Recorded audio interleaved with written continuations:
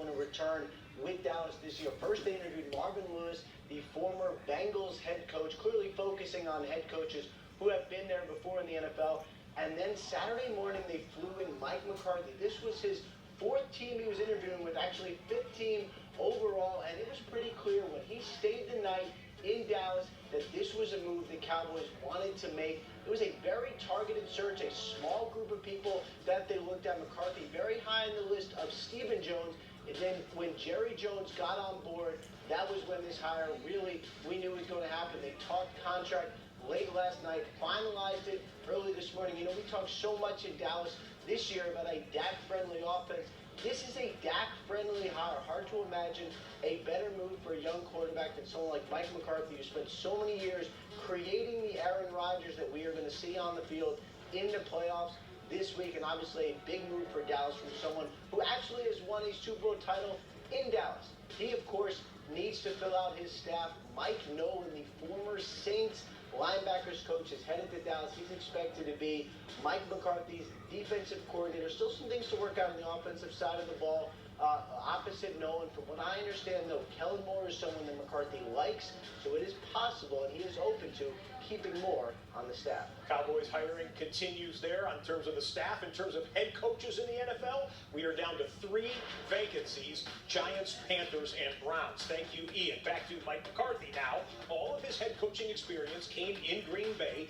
9 trips to the playoffs, including 8 straight at one point. And his record at AT&T Stadium, he's 4-0, as Ian said, including winning Super Bowl 45 in that building years ago.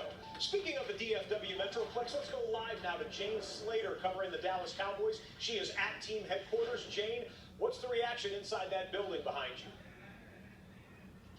Well, it's still not official as it applies to the Cowboys. I reached out to them repeatedly throughout the day, and I'm told that there could be a press conference later in the week. This thing is still a fluid situation, but even the coaches who have contracts, they have not heard from Mike McCarthy and his staff, and coaches with expiring contracts have not heard from Mike McCarthy and his staff. So they continue to play this waiting game as well. This morning, I did report that Mike McCarthy had reached out to a running backs coach as a potential candidate. No word on if he has taken the job just yet.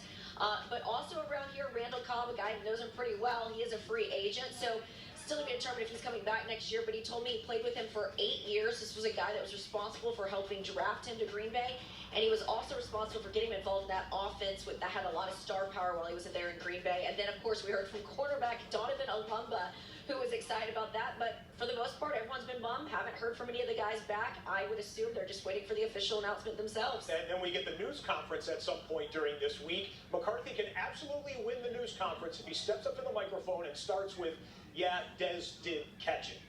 We know Jane Slater will be there when it happens. We'll carry it for you live here on NFL Network. Thank you, Jane. One of McCarthy's former players, Devontae Adams, who's busy getting ready for the Packers playoff game this weekend, tweeted out, "Good for Big Mike. Happy for you, Coach." As for some industry perspective, here is our Super Bowl winning head coach, Brian Billick, talking about today's news. It's the perfect, not good, not great, perfect hire for Jerry Jones and the Dallas Cowboys. Well, Mike McCarthy, first off, he has unquestioned offensive credentials. No one can look at him and not recognize the productivity he's had, what he's done in putting offenses together, mentoring, obviously, and developing Aaron Rodgers. He has got proven head coaching credentials, and that's the number one thing. He's going to step into that team, and the players are going to look and see this is a proven winner in the NFL. He's got a very, very strong personality in the locker room, but he's got a subdued ego. So he's going to be fine with, "Hey, Jerry, you do all the media stuff." In fact, if he could get away with it, he'd probably say, "Look, how about you do all the media? I don't even want to talk to them anymore." So, Your reaction? I thought about Mike McCarthy all weekend. Huh. I thought too much about Mike McCarthy. And I concluded early this morning, because I knew we were going to have to discuss the possibility of Mike McCarthy, I just don't love it. I can't get excited about Mike McCarthy. I'm not saying it's bad, because it's not bad. Right. It's just not great. Is he a dynamic leader? No. Again, I'm talking about in the wake of Jason Garrett, Right. Coach Clapp. Is he a charismatic figure? Will he start a fire in my locker room? No, no, no. He's not that guy. He doesn't even cut a striking figure physically because he just looks like some guy who happens to be an NFL coach, right? Right. So what's going on here? I agree with your assessment. Jerry thinks they're right on the verge of winning. So he decided no Urban Meyers, no Lincoln Rileys. Right. And again, I remain a big Urban Meyer guy. Right. Urban Meyer has got charisma to him. He's got electricity to him. Wherever he went in college football, not good things, great things sparked and happened at Utah and Florida and Ohio State. Now, you can't recruit, obviously, in pro football. So I don't know. It would be much higher risk, but maybe much higher reward to go with Urban Meyer. But he's going to help you. He's going to help you as far as the draft, because a lot of these guys that's coming out, he tried. That's what gave Jimmy the advantage. Okay. Interesting. So, but Jerry said tried and true. So he went all the way to tried and truest. He went to the longest tenured NFL head coaches who are out of work right now. Correct. He started with Marvin Lewis. Okay, because I don't trust Jerry on this. Was Marvin Lewis just a Rooney Rule interview? It feels like it was. Feels like it. I'll tell you the truth. This is my conclusion. I was going to use this before the show.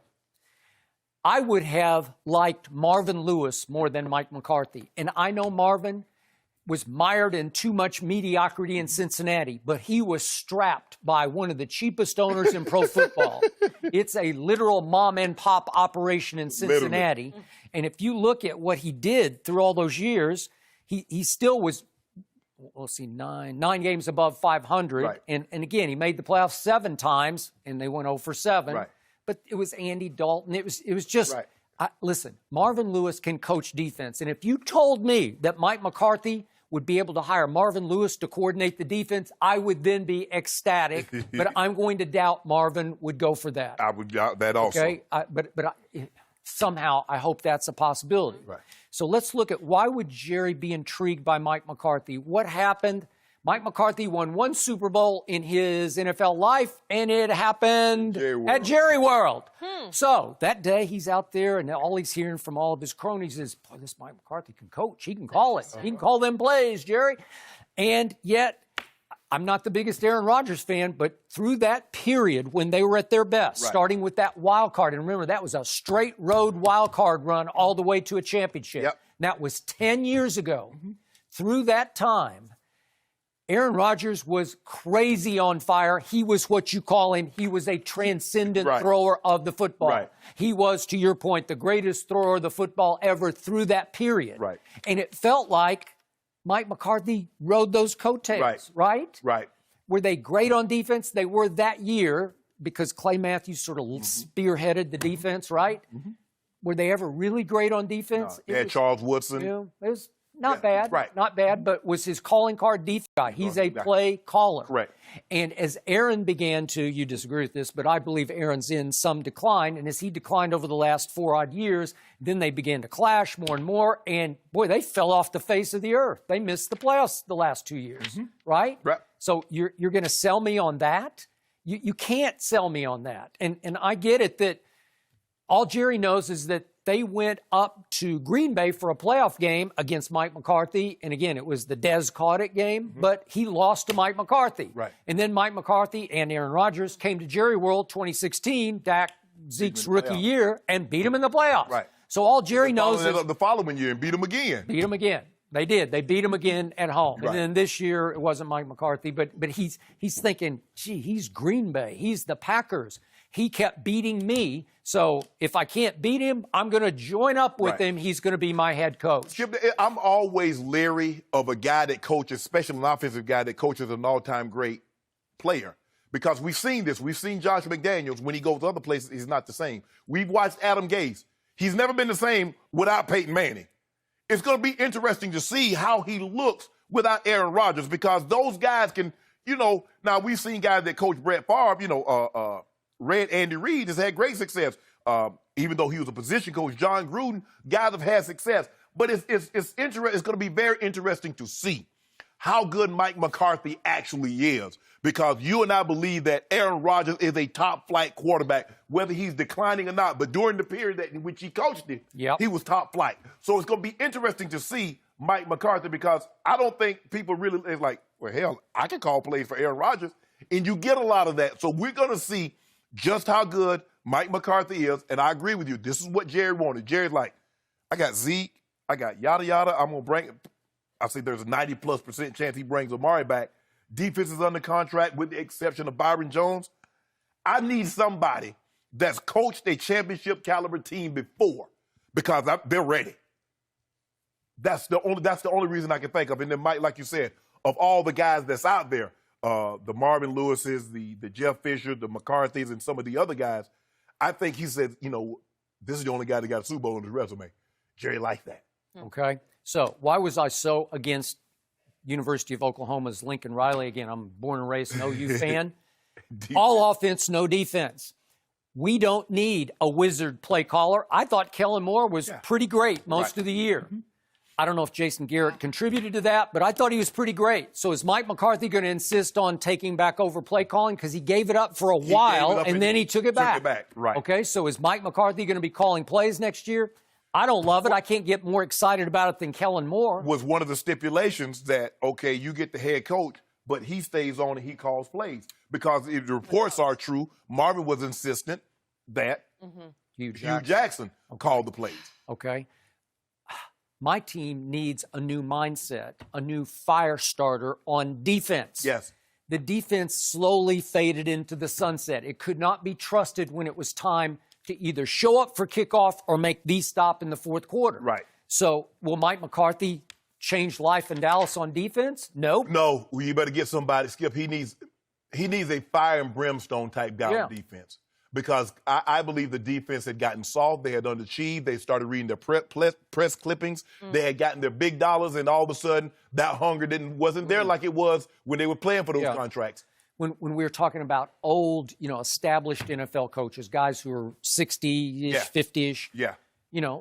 Jarrett Bell, our friend from USA Today, brought up this morning, what about Bill Cowher? Obviously, he's been on TV for a long time. I don't think Coach coming out. Okay, but again, it's been 13 years since Bill Cowher coached down football in the NFL. But at least he was a defensive football coach. So my eyebrows went up because I'm thinking, Bill Cowher was a tough guy. And he fire. Woo. Oh, he gonna light a fire on everybody. Fire. And yet, is Mike McCarthy fire? Nah. No. He might, Skip. I don't know him. I don't. It's funny thing, Skip. I made the Pro Bowl. He was my position coach at the Pro Bowl. He used to be a tight ends coach at Kansas City back in the mid-'90s. He did. So that's my only interaction with him. How did you find him? Zero? Like just Skip, look. like a bump on a log? Skip, when you go to the Pro Bowl, you really tuning out everything. You ain't really paying no attention to nobody. You're not going to get coached. No. Right?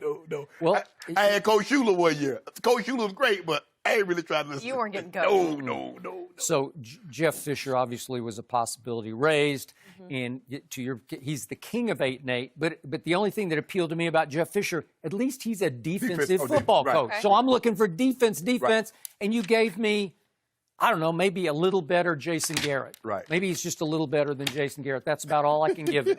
Wow. The thing I think about is Jerry remains the star. That's what jumps into my mind. Thank you. And Jerry's Jerry the star. got to be the star. He got to be. You're not. The star. You got the star on the helmet, and then you got the star that sits in the press in the owner's booth. We will. And that's Jerry. And by the way, our man Troy Aikman took another shot at Jerry, which was deserved because he told Mike Ducey in Dallas that it looks like how they handled Jason Garrett was just dysfunctional. Yeah. Why would you keep him for a week? Thank you. Just twisting in the wind. And it made me fearful. Was Jerry at age 77 capable of making this hire? I don't know. Might be Steven. I don't know. Because it made no sense. You didn't offer a guy. He won the division, Skip. He won a playoff game. You didn't extend him.